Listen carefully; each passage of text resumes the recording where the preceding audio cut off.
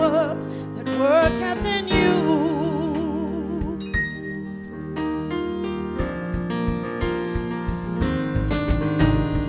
God is able to do.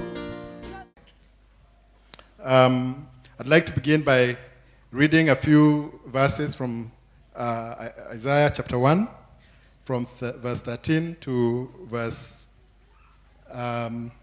17. And it says, this is God speaking, stop bringing meaningless offerings.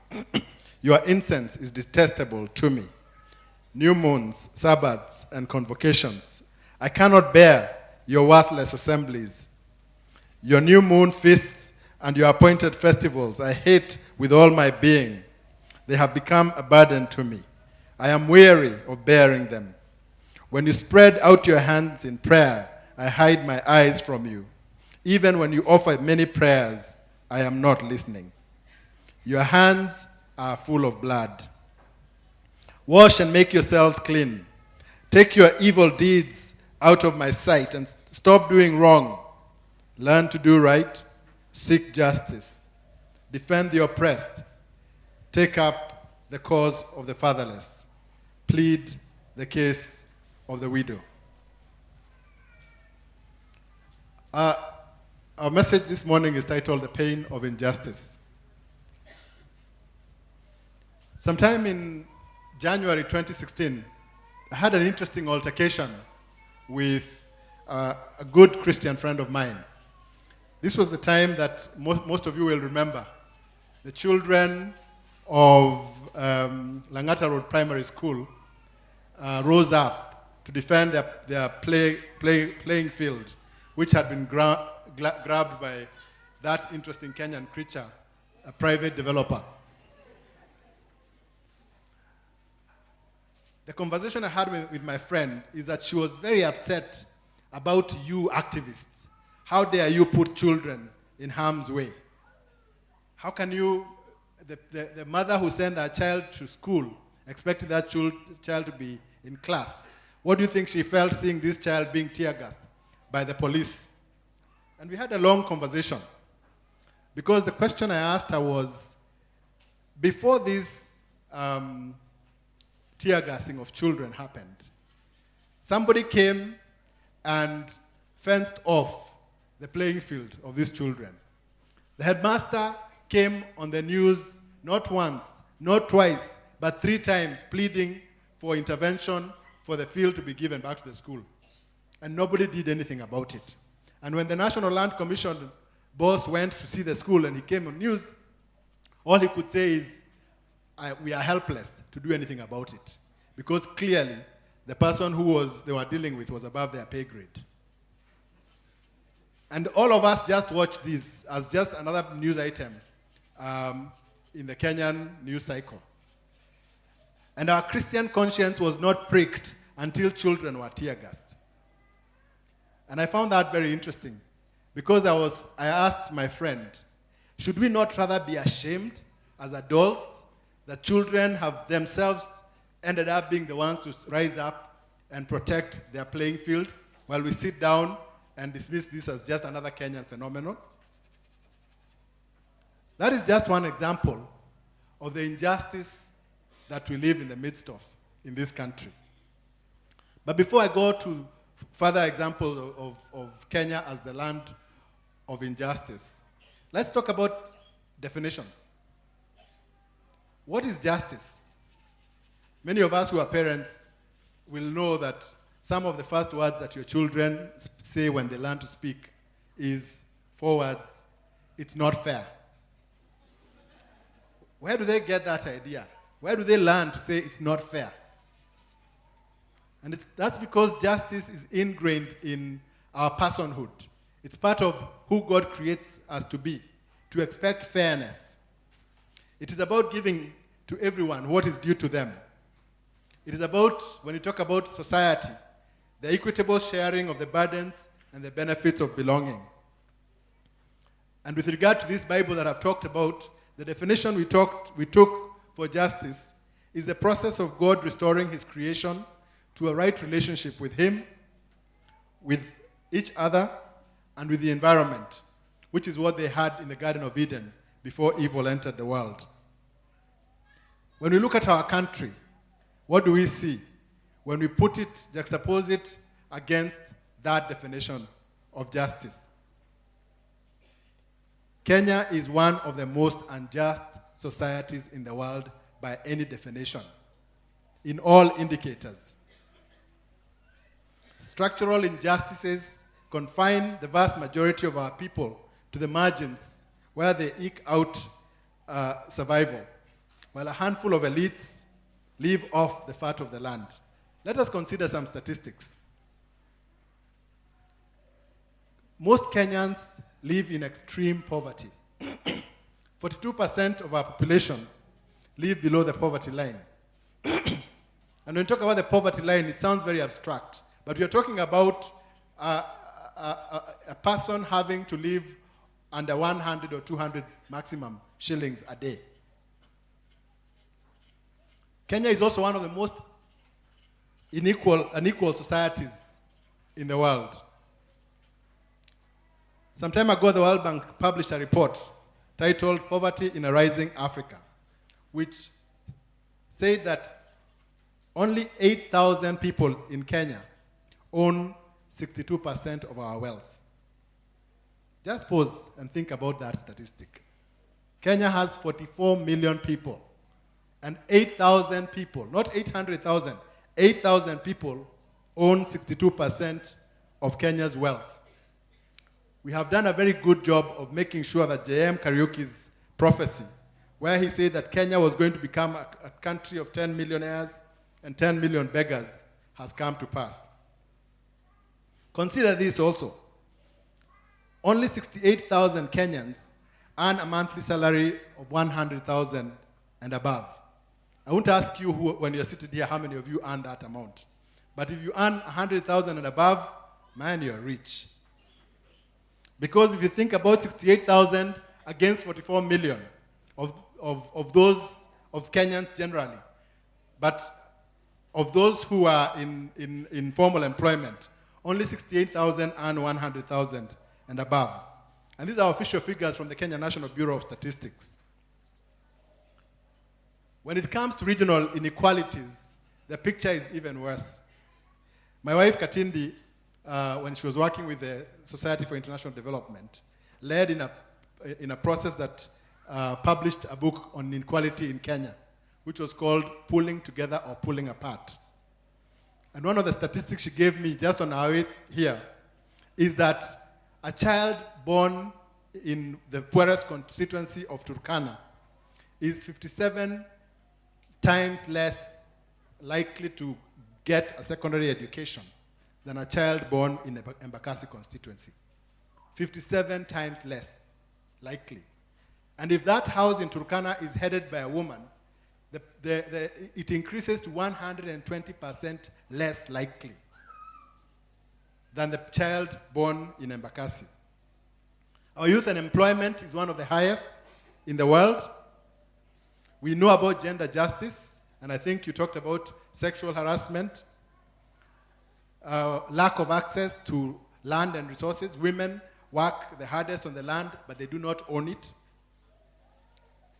Sexual violence, both publicly and especially domestically. Discrimination in the workplace and in leadership positions. We have spent a long time, despite the Constitution providing that at least a third of the seats in Parliament and elsewhere must be reserved for one gender. We haven't treated that for women, and it has not been a priority for those in charge of making sure that happens.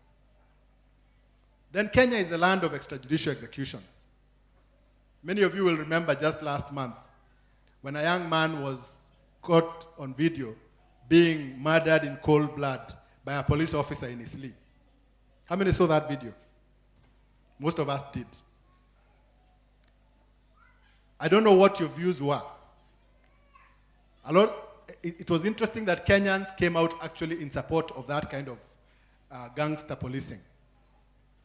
And it's easy for you to look at that one isolated case and you are told the narrative of the police that he was a thug that had killed the police before, although that's their word against a word of a person who can no longer speak for themselves. But the statistics we get is that every day in every slum in Nairobi, one young man is shot dead by the police on mere suspicion, or the mere fact that they don't like how the person looks like, or how he's walking, or maybe he's spoken to them in a way that he should not have. It has reached epidemic proportions. The young people who are picked up from their families at the coast and disappeared only to be found in the national park, their bodies to be found in the national park because we are told they were terror suspects. We have developed a justice system that completely bypasses the courts, that has made the police the judge, the jury, and the executioner. And many Kenyans support this until you read situations where a university student is walking in Nairobi and they are shot dead as a case of mistaken identity. When it comes too close to ourselves, then that's when we start panicking and thinking this is probably not a good thing. The other thing is urban marginalization. Did you know that 60% of people who live in Nairobi dwell in slums, which lack access to infrastructure and basic services, including safe drinking water, toilets, sewers, drains, refuse collection, electricity, roads, schools, hospitals, and so on? This is also part of the bigger problem of land injustice in Kenya.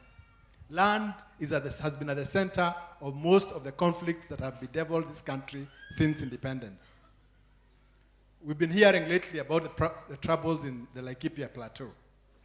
We've had one British farmer being shot dead and one other white rancher being shot and injured. But what is the story behind the story? Did you know that there are 2.5 million acres in the Laikipia Plateau, and 50,000 Maasai people are squeezed on 281,000 acres of those 2.5 million? While more than 2 million acres is owned by white ranchers, some owning as much as 100,000 per family. The recent conflict has been explained away as a result of drought and the competition for resources that results. That's only part of the story. The bigger part of the story is that that land was stolen from the Maasai in the early 1900s. And they have been trying to get it back for over a century. And their cases have been dismissed and ignored time and again. They have been told that the white people are the ones who know better about how to conserve wildlife than the Maasais ever did throughout the centuries that they occupied that land. But let's not just talk about the ranchers. Let's talk about who owns the land, most of the land in this country. The Kenyatta family owns over 500,000 acres of land all over the country. And that land was taken when Jomo Kenyatta was president. The Moi family, likewise, owns a huge tracts of land. The Kibakis, the NJONJOs. If you think about the land ownership in this country, it compares to those who have held power from Kenyatta 1, Moi, Kibaki, and now Kenyatta 2. But we do not want to say that. We do not want to name names because it's impolite for Christians to say this. We must say it. And we must tell the president he cannot lead in the process of land reform in this country unless his family gives back the land that his father stole from the people of Kenya.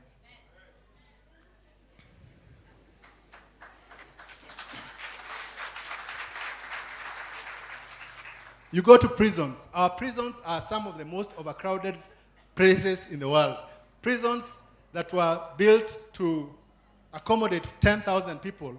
Most of the time it have between 40 and 50,000 people. I have been a guest of the state several times in our prisons, and I know from experience how those prisons are. The overcrowding, the prison conditions, and so on. And what is more disturbing is that most of the people in those prisons, in fact, 100% of the people in those prisons have one thing in common. They are poor. Because Kenya is a land of two laws, where one is innocent until proved rich. Then we've been talking about historical injustices for a very long time in this country. We've had a history of massacres, assassinations, politically instigated ethnic clashes, mass displacement of populations, land grabbing, torture of activists in Nyayo House. But we have refused to have a genuine, honest national conversation about this. We tried to have that through the Truth, Justice and Reconciliation Commission process, but when it was handed over to the president, because again it mentioned the Kenyatta family land acquisition issue, it was shelved and Parliament has never discussed it for almost 5 years now. But when we refuse to learn from our history, we are doomed to repeat it. And we'll keep approaching our election seasons on tiptoes because we know the things that we have, the skeletons we have under our closet, which are just waiting to come out and haunt us all over again. We had post-election violence 10 years ago. Nobody has been punished for it. Instead, we celebrate the fact that those who are being held to account managed to get away, not because of the evidence, but because victims were killed. Witnesses were killed. Witnesses were intimidated. And the state refused to cooperate with the court. Finally, as an example, and there are many, is the collapse of public services for all of us. Our healthcare, our education, water and sanitation, public transport, security. These people are stealing our money. They are carrying it in sacks. And then we are electing them to positions of responsibility so that they can steal more. While at the same time, we here, most of us are middle class, are paying double for everything that we get. You pay for your medical while you are paying taxes. You pay for your education, private education, while you pay your taxes. You pay for water and sanitation, security. We engage in private solutions to public problems instead of telling those responsible for managing our resources that we will not take their theft anymore. That is the sorry situation that we find ourselves in. That is the Kenya that we have today. It is not surprising that over 50 years since independence, people are dying of starvation because of drought. And that is not drought, it's famine. Because of mismanagement of resources and corruption, we are unable to feed ourselves, despite the fact that when we are called to account, we proclaim from the rooftops that we are a sovereign nation. But let me move to finding out, what does God say about justice? God's heart is for justice.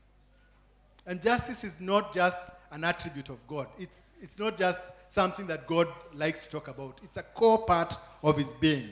Some of the scriptures tell us, Psalm 89:14 proclaims, righteousness and justice are the foundation of your throne.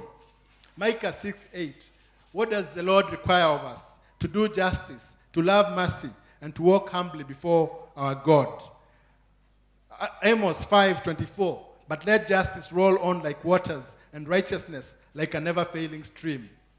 Isaiah 1:17 that I've just read, learn to do right, seek justice, defend the oppressed, take up the cause of the fatherless, plead the case of the widows. The word justice or its equivalent appears more than 200 times in the Old Testament alone. And let us not forget that Jesus Christ was the very embodiment of justice. He took on the unjust institutions, systems, and structures of his time, and he paid the ultimate price for it with his life. But in so doing, he ended up conquering the ultimate injustice, which is death. And he should be our role model and our example.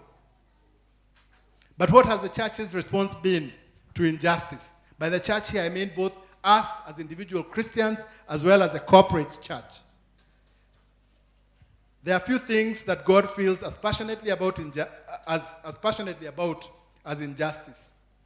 And yet, most of us Christians tend to treat justice as an optional extra at best, and as something altogether worldly that is best ignored or avoided at worst. The church's response to injustice in our midst has ranged from indifference to silence, to denial, to cheering injustice, to complicity in the injustice. when it comes to individual Christians, we have tended to substitute acts of charity for acts of justice. We want to throw money at problems. We want to visit hospitals and to go to prison and to help our relatives with medical fees and so on. And that is okay, but that is not enough. Moses did not go to Pharaoh and ask for better food rations and better medicine for the slave labor force. He went to Pharaoh with a political demand, let my people go. And it's time that Christians stood up and the church stood up and told these elites, these politicians, let the Kenyan people go that they may worship God. Because we cannot worship God as we are dying every day. We cannot worship God as we are starving. Our dignity is trampled on by the politicians. The second thing that individual Christians tend to do is that we tend to treat symptoms instead of confronting systems and structures. And this leads to shallow analysis and simplistic solutions to ever complex problems.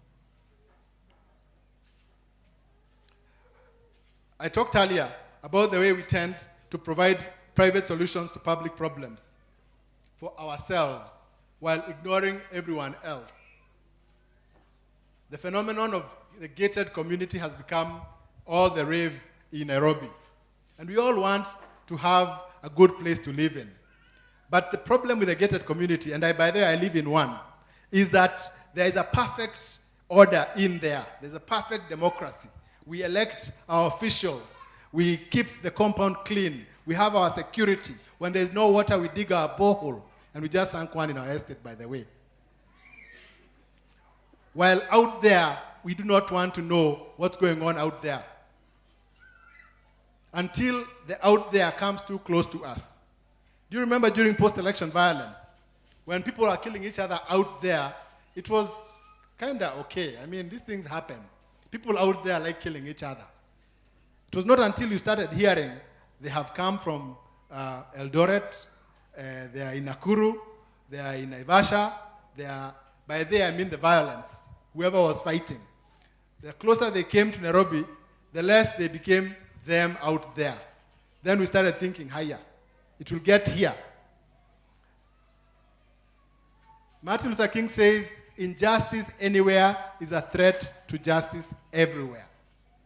Don't think that because it's not affecting you right now, it will not reach you. And that's the reality check that Mordecai gave to Esther in the book of Esther. Don't think that because you are in the king's palace, you will escape what's coming to the rest of us. Because none of us is safe until all of us is safe. What about the church corporate, the institutional church? I've talked about silence. The church has remained silent every time we expected it to speak out. What did the church say when we kept saying witnesses of post-election violence cases are being killed and we knew who was killing them? Did the church speak out? What did the church say when people gathered in Nakuru to celebrate the end of their cases, while the witnesses have waited for 10 years, those who lost their loved ones? I still remember the woman in Kisumu who told us how she only carried her husband's head to go and bury because that's the only thing that she found. You talk to people, there's a lady called Joyce Cheruiyot whose face was completely burnt up, and Nairobi Chapel contributed some money for several constructive surgeries. And finally, I remember there's a video on YouTube about her when she says, I am so happy now because I can eat properly. I have some lips. I can try and smile. And most importantly, I can go to weddings once again. There are so many walking wounded among us. But the church in Kenya chose to pray with the suspects. They went around the country every time there was a case coming up, a hearing coming up with the post-election violence, praying for the suspects. They eventually ended up in Nakuru praying for the suspects. Pray, tell me, who was praying with the victims?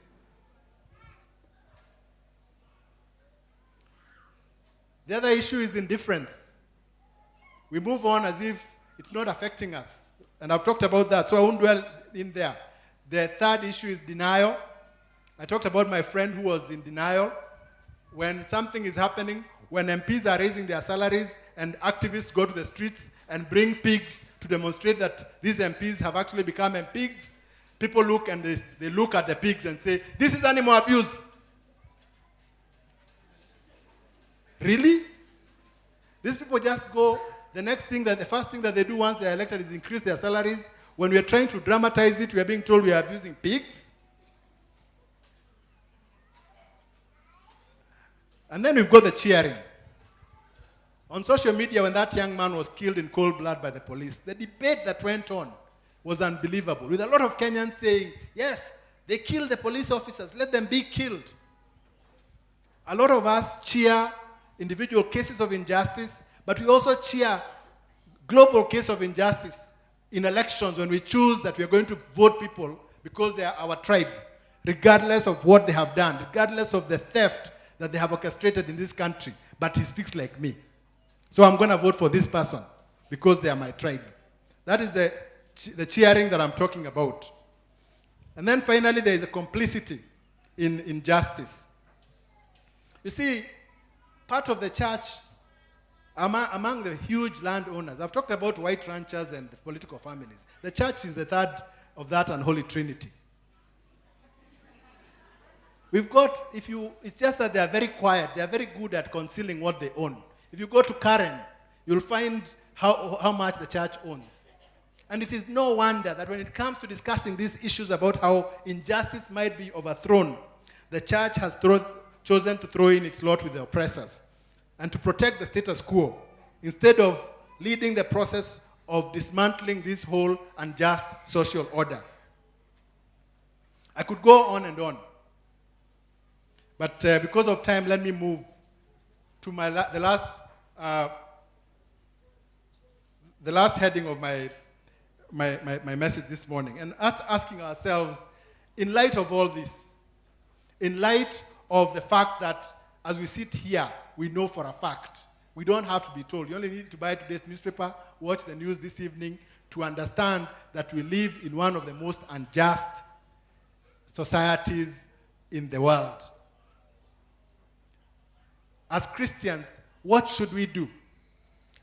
And sometimes we feel helpless. We feel like this is for the activists out there. This is for the lawyers. Let them help us. Let them sort this out. But it's not. It's for all of us. And God will hold us to account for what we did. Jesus is very clear. I was hungry, you gave me nothing to eat. I was in prison, you did not visit me.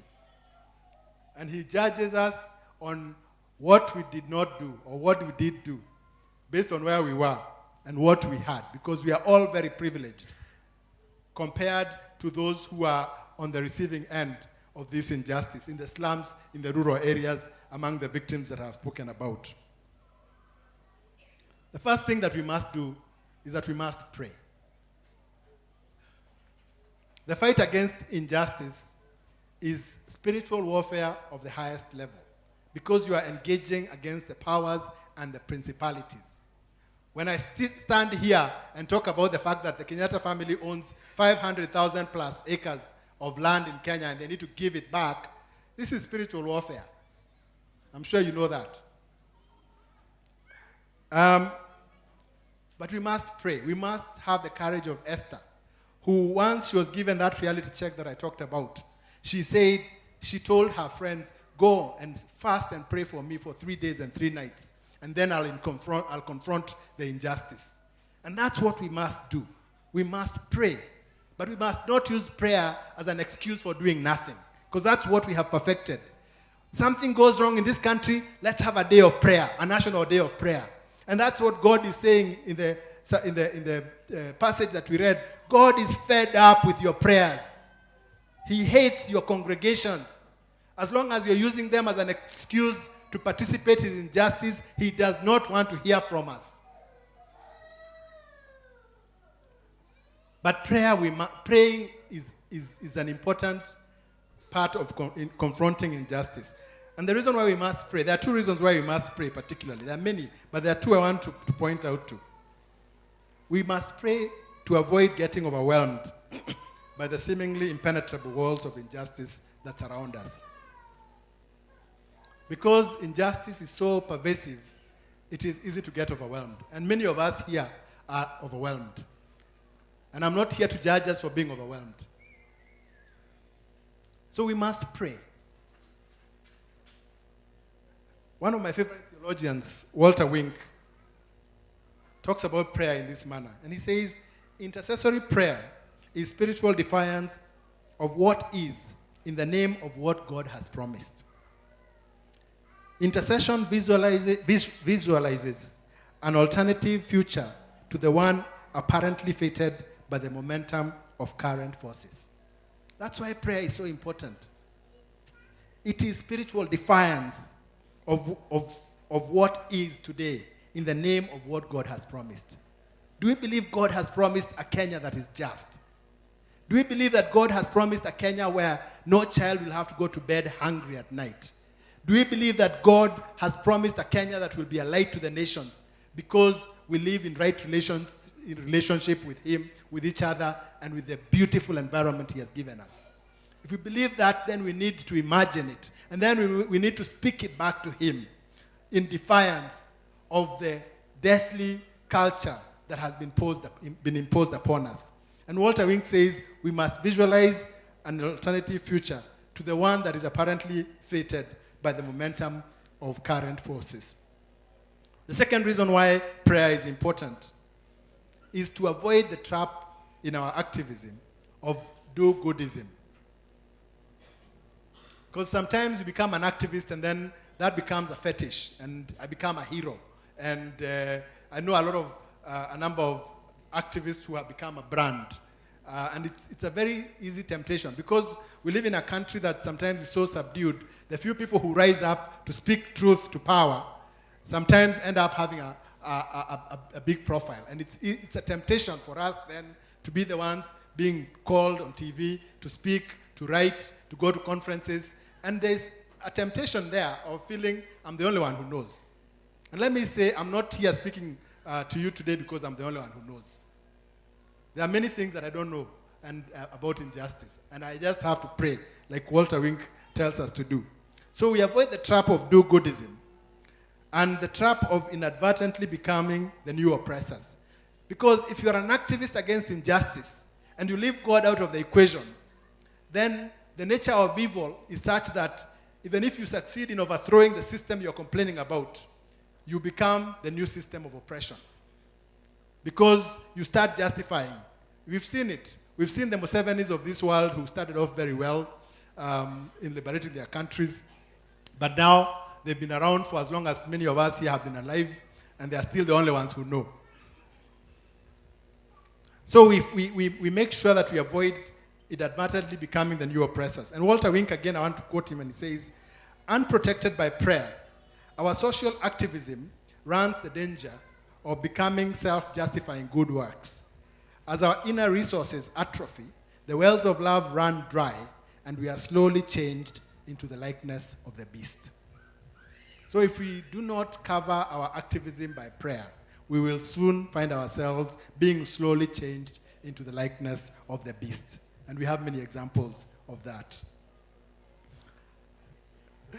So secondly, as individuals, we must take the time to inform and educate ourselves on injustice. A lot of people who I talked about earlier, who either oppose or celebrate oppose those who fight against injustice or cheer those who perpetrate injustice. A lot of them are well-meaning individuals, but they do what they are doing out of a lack of information and education.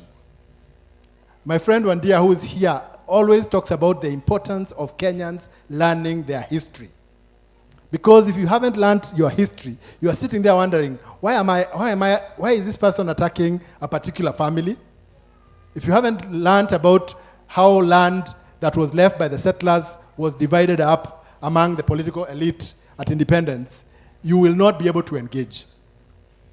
So we must inform and educate ourselves on injustice as individuals.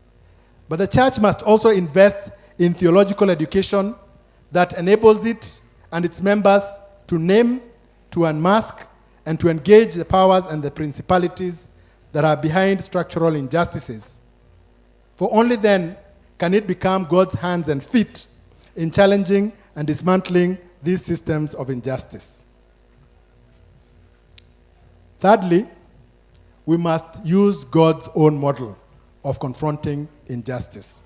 And God's model, I found, very well articulated in Exodus chapter 3, verse 7, when God tells Moses, I have indeed seen the misery of my people in Egypt. I have heard them crying out because of their slave drivers, and I am concerned about their suffering. So I have come down to rescue them from the hand of the Egyptians. In that one simple sentence, we see God's way of approaching injustice into 4 phases: seeing, hearing, being concerned, and acting. I have seen, I have heard, I am concerned, therefore I have come down to rescue.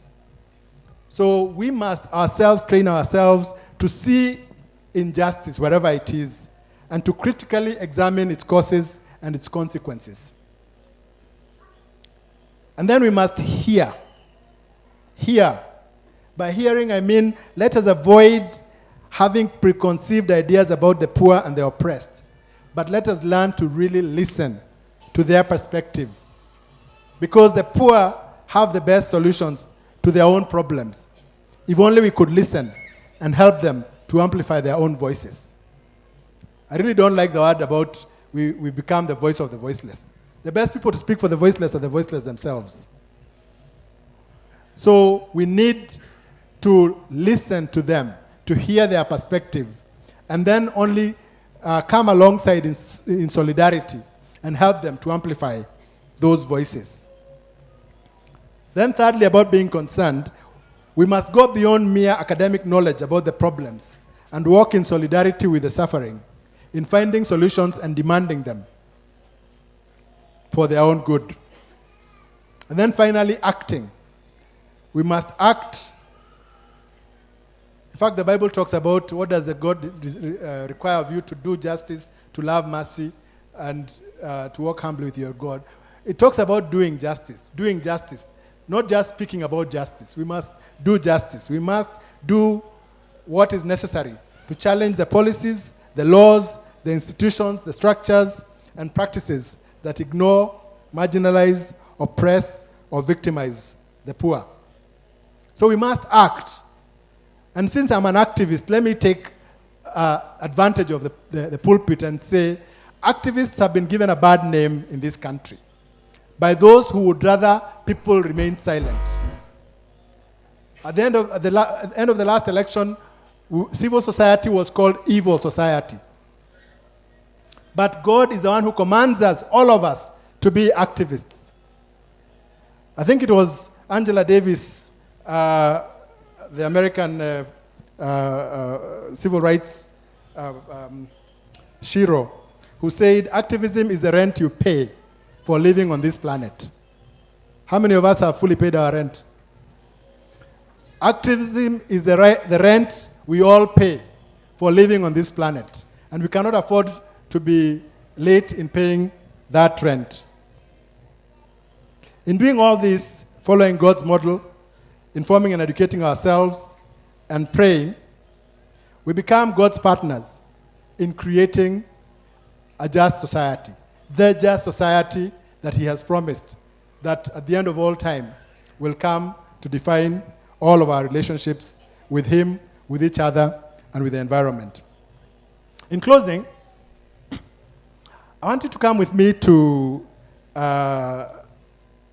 Genesis 18. Remember the conversation that Abraham had with God when God was in his way to destroying Sodom and Gomorrah. And Abraham asks God, will you, what if I find 50 righteous people in the city? Will you destroy it? Will you destroy the righteous with the ungodly? Then God says, no. If you find 50, I will spare the city for the sake of the 50. Then Abraham says, what about 45? God says, yes, I will spare the city. Then it goes down to 40, 30, 20, 10. And then at 10, the scripture says, Abraham went back home and the city was destroyed. I always ask myself, why did God stop at 10?